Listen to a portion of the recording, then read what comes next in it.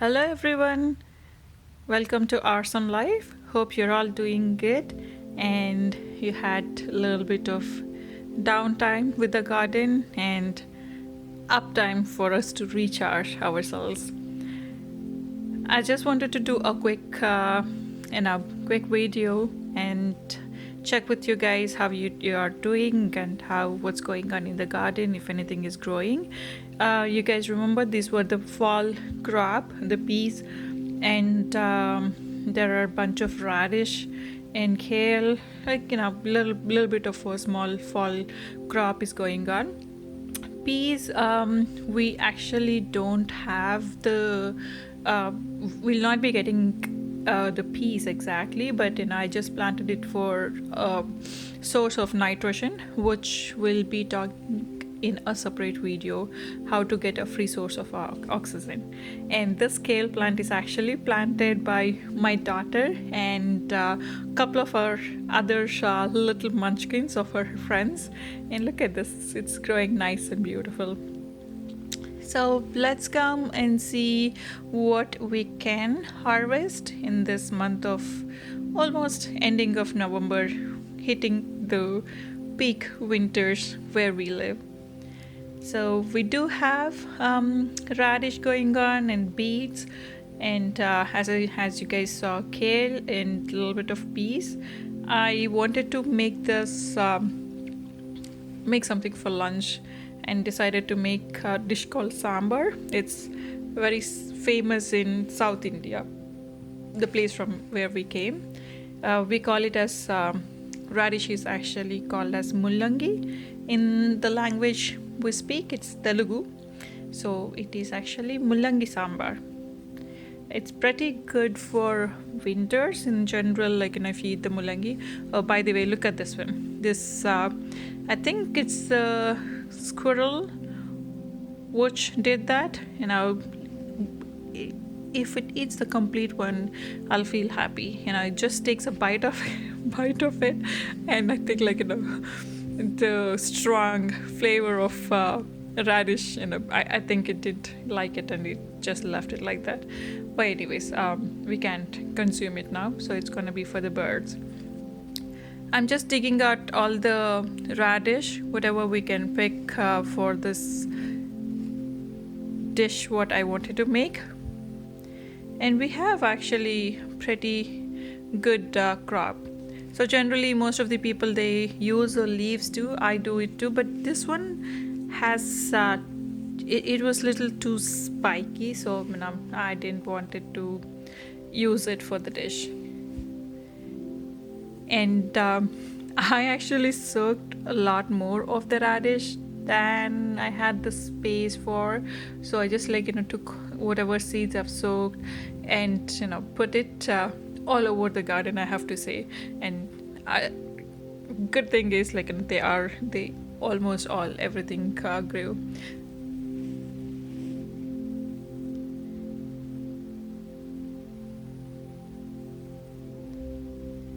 And let's see if there is a different spot.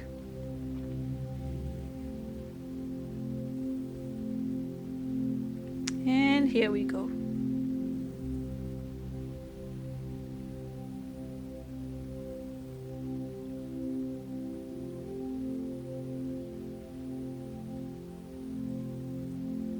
I'll just quickly show you guys how the current state of the garden is in the approaching to the winters, and then we'll talk a little bit about the fall, the winter. It's not actually a winter crop. This is something how we can protect the earthworms or the microbes in the soil, how we can actually protect them with a winter covering for the soil. And these are, do you guys remember, this was the gongura patch we had, and there were a bunch of peppers which were still there. I was able to gave it out to a couple of our neighbors in the place where I live. So they were able to take it. They were happily rehomed, and they had space in the house. So peppers generally produce for almost close to 3 years, so which is the best part. And these peppers were like amazing. The jalapenos, the bell peppers, and all the stuff, those are very healthy plants.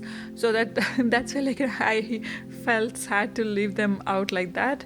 And the seeds, we're gonna collect lots of seeds. Okra, there are so many pods sitting in the garden. So one of the sunny day, if there is one more sunny day, I'm just gonna pick up all those okra seed pods. And the beautiful strawberries.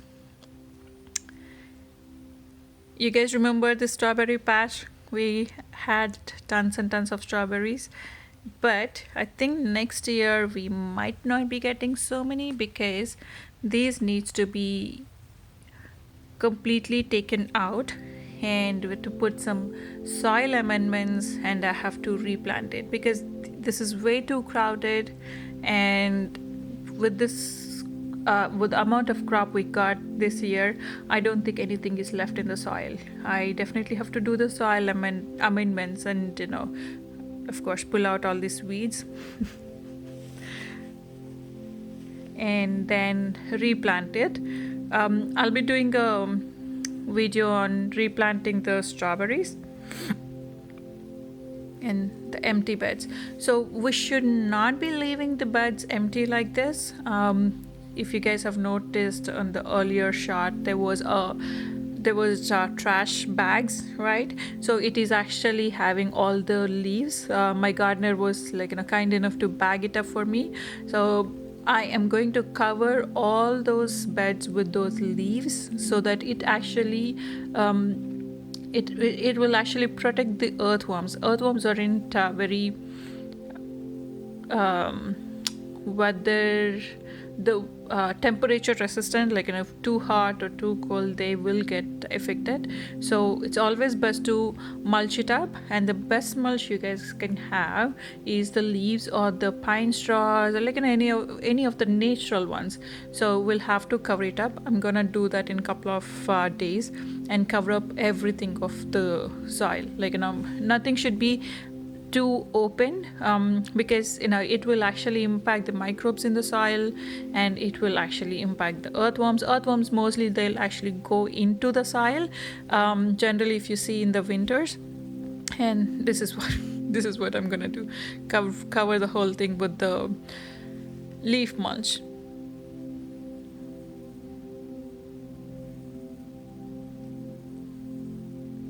There is lot of cleaning which needs to be done. Do you guys remember this spot? This was the spot where we had overloaded bitter gourd.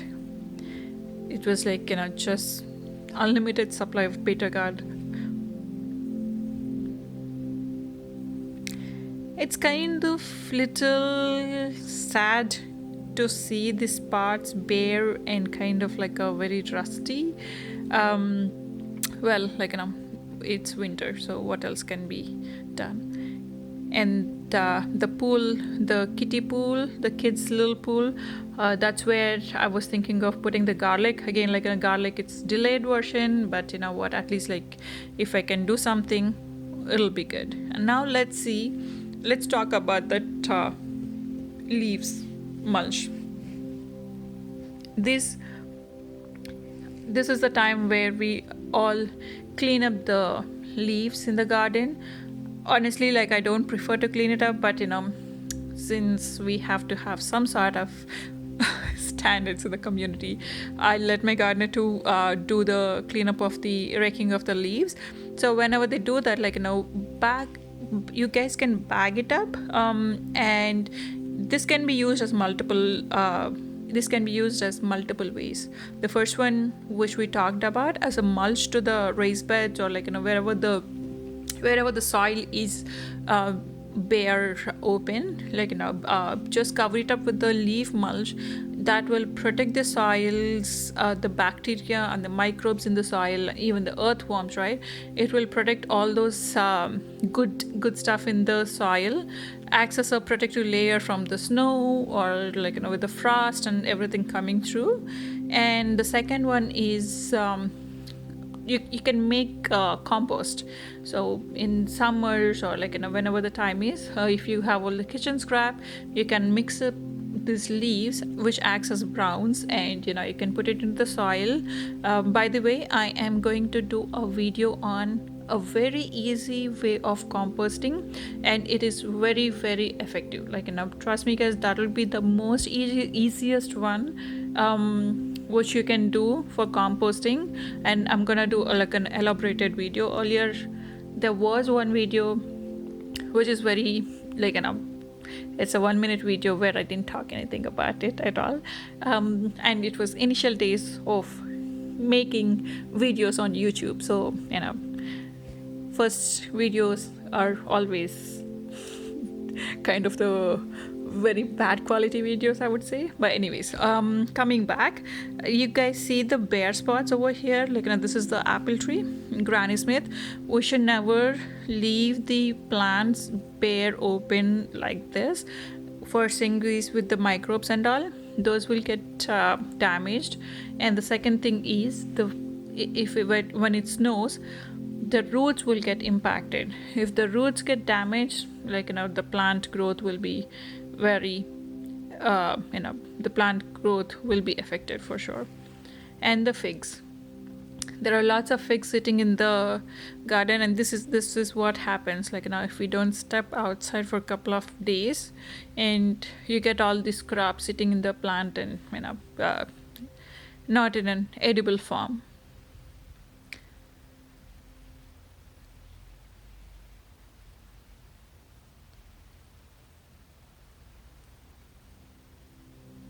This is all kind of very bare spots.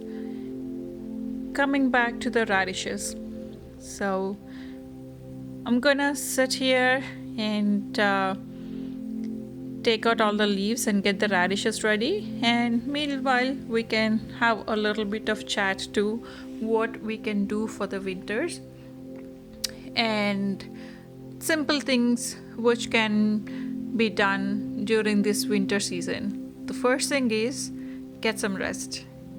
That is very very important.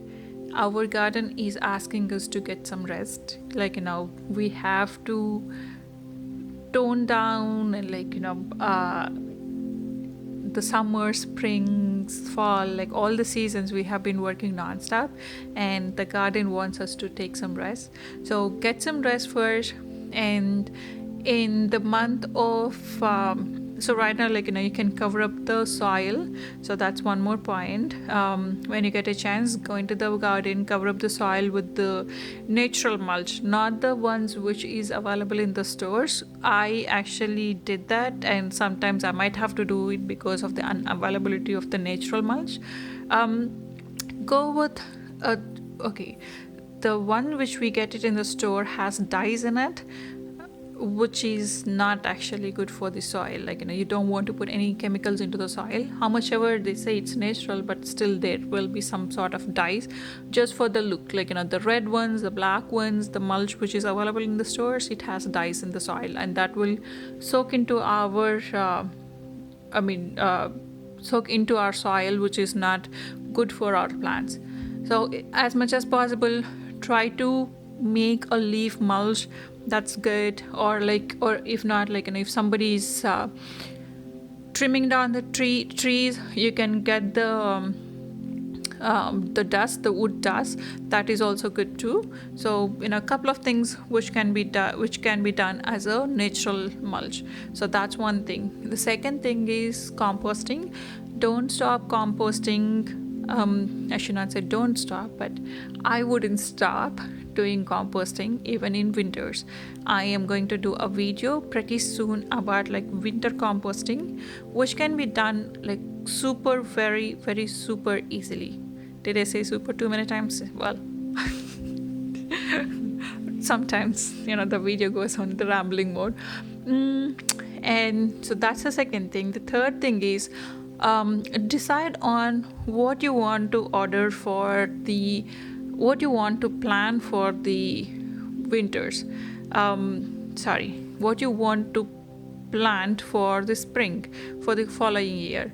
And you can start ordering the seeds catalog. It is already started in many of the places. So decide on what plants you want to plant and how much of crop you want to get. So just that, you don't need to over order the seeds or under order it. I have the problem of over ordering the seeds, and I would not have an idea where to plant all those plants. So ordering seeds can be done now. And in January, we are gonna actually do gardening. We're gonna get the work done, start the seeds, and there'll be a lot of work. Until that period, try to get some rest, recharge, do this 3 small things which can be done, and we're gonna do an amazing gardening next year too. If you happen to like this video, please hit on the subscribe and like, share, comment. That would motivate me to do more of these gardening videos. And you all guys have an awesome life. Take care. Bye.